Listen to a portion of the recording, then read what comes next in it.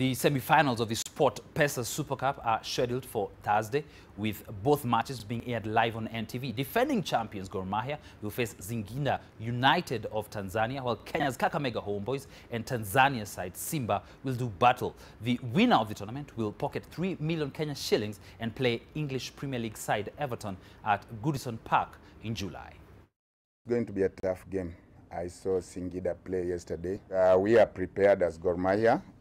We are ready to defend our title, which we took in Tanzania last year. You know that we came here as participants, not competitors. That's why maybe you see the previous game we played well without any pressure.